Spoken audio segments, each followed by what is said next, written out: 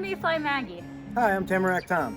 We're outdoor educators from the Adirondack Mountain Club, and we're really excited to share an activity with you all that you can do with the whole family.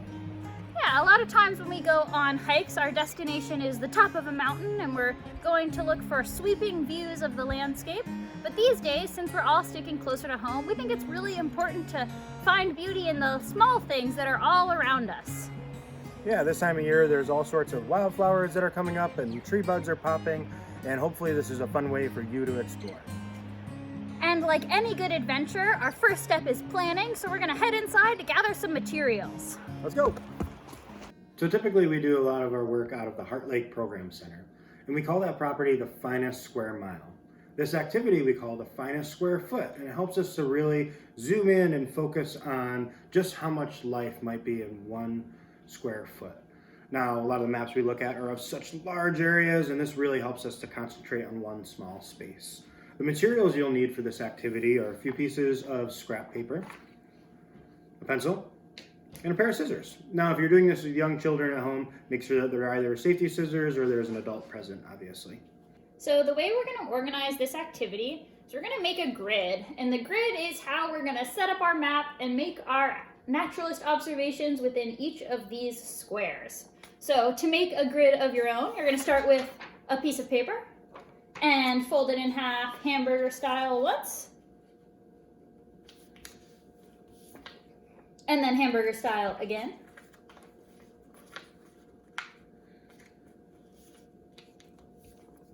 And then hamburger style one more time.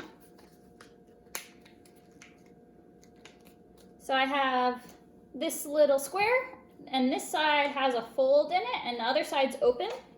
I'm gonna draw a square.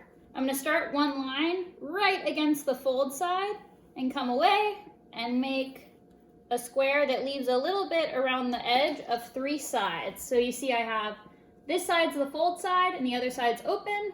Then I have my three-sided square, and I'm gonna cut out along those lines very carefully.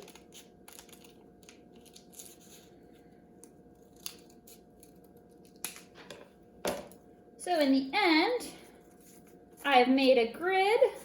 Looks just like the one I showed you at the beginning. And the last thing I'm gonna do is label the sides. So I'm gonna label along the bottom, A, B, and then from this bottom corner, this is gonna say 1, 2. So the next thing we need to do before we go outside is we need to set up our paper in order to document our map. So what we'll do is go ahead and make a square. But notice I'm leaving room over on the right-hand side of the paper. And that space over there is going to be room for your key, and I want you to label it key. So this will be the space that you can document all of your different symbols in order to make your map.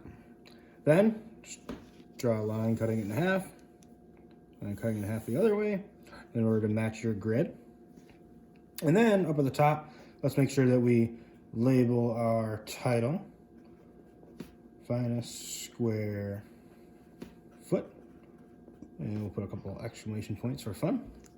And then you want to make sure that you label your sides as well. So we had A, B, and then 1 and 2. So then you can navigate your grid. So this would be grid A1, B1, and so on. Now you're ready to go outside. So now that we're outside in the yard, we have our clipboard with our grid that we did earlier on, and we have our little grid that we cut out. We also want to make sure that we bring a pencil with us, and some kind of clipboard to write on really helps.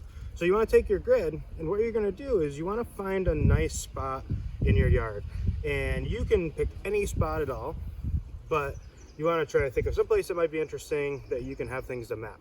Now you're going to look to map different plants, you can map insects that you find, sometimes you could even find small animals, amphibians, toads.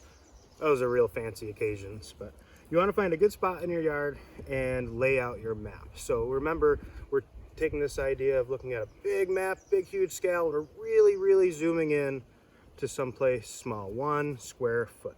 So I'm going to pick this spot here, and I'm actually going to lay my grid down, and I'm going to kind of fluff things through so that everything that would be in the grid It's kind of represented so the grid is as flat as we can get it. And then you can see that you have all of your different items on the ground inside your grid. Now, the next step is thinking of different symbols that might represent items that you find inside of your grid. Now, you might not know what things are, and that's okay. You just come up with a name. So we have this little purple flower. Let's call it a purple doodah. Purple doodah, I'll try to spell that. So we'll look at the purple doodah, which is this purple flower here, and we can write it on our key. So I'm gonna write purple doodah. So purple doodah there. And we want to come up with a symbol because maps are an illustration. They're using symbols to represent different things. We want to use a symbol for purple doodah. And let's use, I'm just going to use a simple triangle. We use a triangle for that flower. And then you want to find it on your map. So this is showing an A2. There is a purple doodah. There's 1, 2, 3 of them. So on A2, we can find, and you really want to kind of orient your map so that you're looking at the same square at a time. And I'm going to put triangle, triangle, and a triangle. Now, it might be easy to get caught up with the big things, like this one over here in B2, there's this big dandelion. And most people know what a dandelion is, but you can come up with a funny name for that as well. So if we do the dandelion, you want to remember that there's also other things inside the grid. So you want to really take your time, get down low and poke around in here and think of different symbols. So you have symbols you could have for grass petals. You have symbols you could have for some of the lawn clippings. You have symbols for little pebbles. There is an ant in one of my grids, which is pretty exciting. And you can think of all the different symbols for that at one time. So really spend a lot of time, take like 15-20 minutes to really examine what might be in your grid so you can come up with a good map representing those different items inside your grid.